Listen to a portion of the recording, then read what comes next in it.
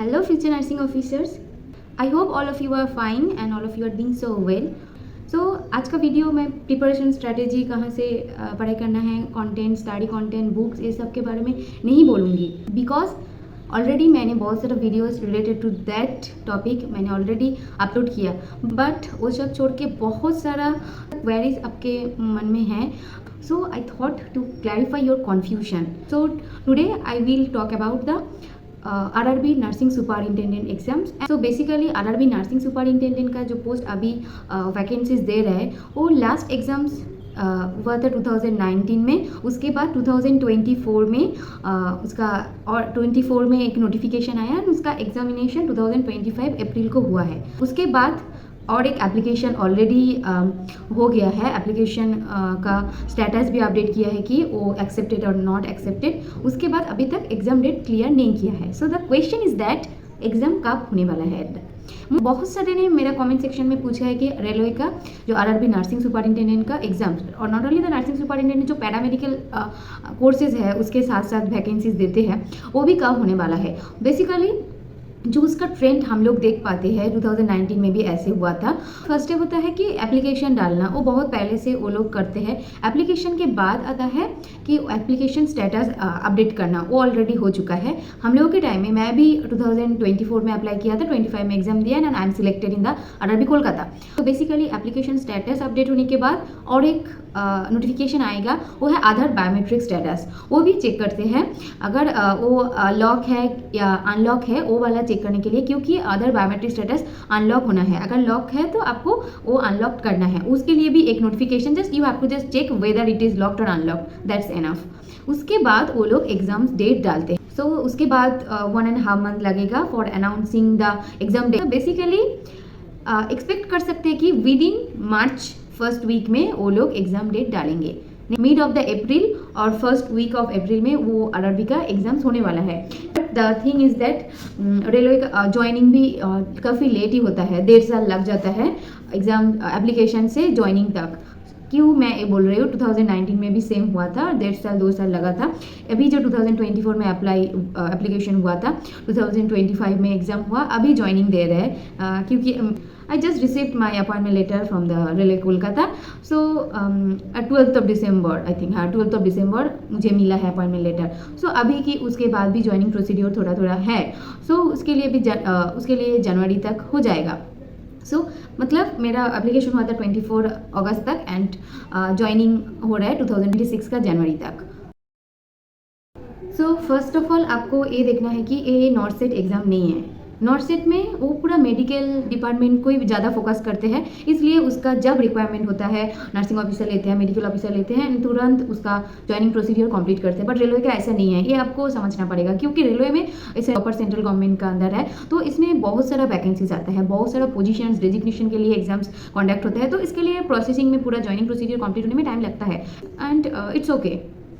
उसके बाद next question कि RRB में कैसे कैसे सिलेक्ट करते हैं, कैसे ये सब पूरा प्रोसीडियर कैसा है, क्योंकि हम लोग नॉर्थ सेट के बारे में जानते हैं कि रिजल्ट आएगा, मीन्स का रिजल्ट आएगा, सीट अलॉटमेंट होगा, सीट अलॉटमेंट का रिजल्ट आता है, उसके बाद डॉक्यूमेंट वेरिफिकेशन ऑनलाइन होता है, उसके बाद इंस्टीट्यूट से फिजिकल डॉक्यूमेंट वेरिफिकेशन के लिए मेल आता है, डॉक्यूमेंट वेरिफिकेशन के बाद ज्वाइनिंग मेल आता है, ज्वाइनिंग हो जाता है, उसके बाद मेडिकल करके लास्ट में पुलिस वेरिफिकेशन. इसका भी ऐसे ही है, फिर थोड़ा सा अलग है क्योंकि रेलवे का तो थोड़ा अलग ही होगा, वो प्रॉपर सेंट्रल का है.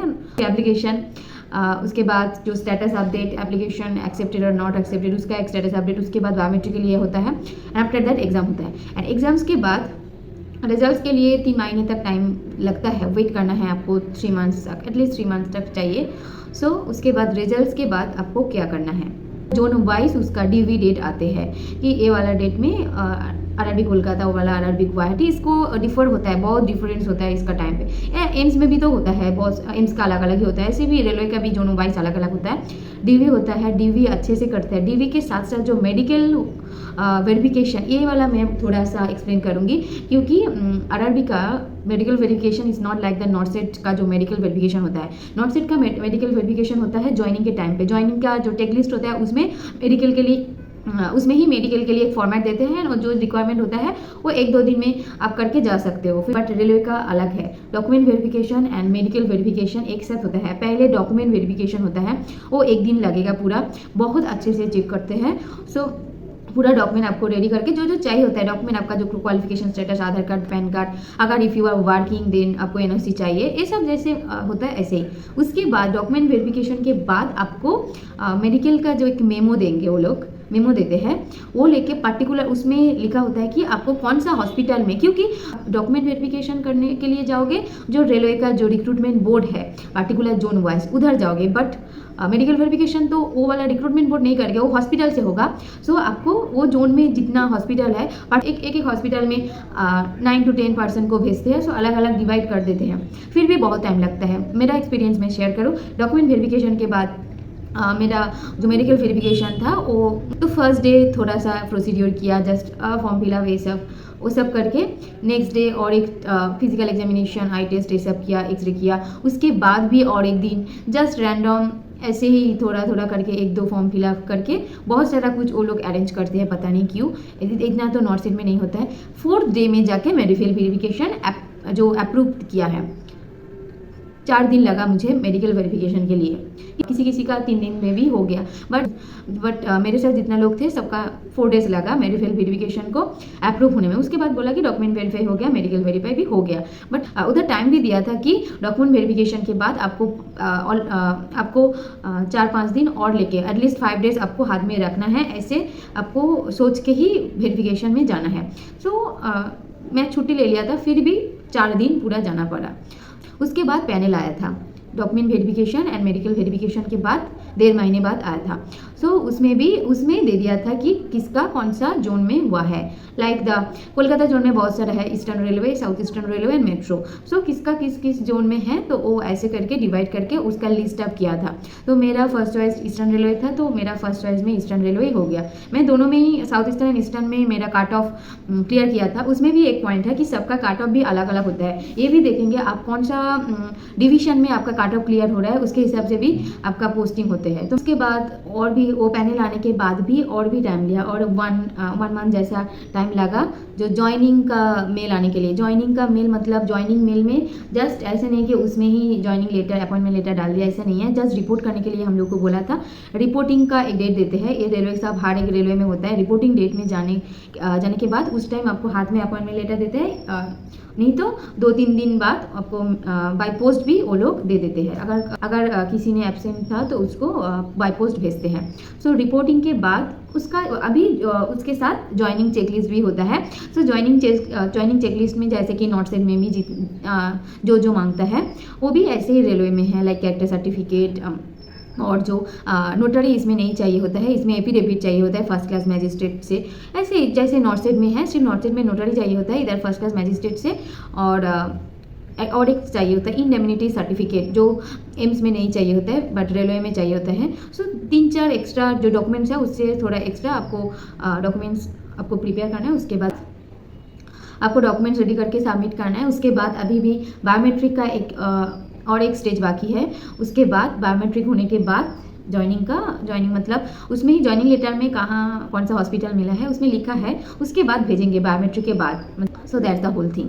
आपका जो कन्फ्यूजन था मैंने बोल दिया, थोड़ा एक जिस्ट तो बोल पाई हूँ, क्योंकि एप्लीकेशन से ज्वाइनिंग का जो टाइमिंग होता है, क्या क्या प्रोसीड्योर होने वाला है, ये तो ऑलरेडी मैं बोल दिया, और नेक्स्ट एग्जाम्स का डेट भी बोल दिया, और नेक्स्ट 2026 का भी कैलेंडर आउट हो गया।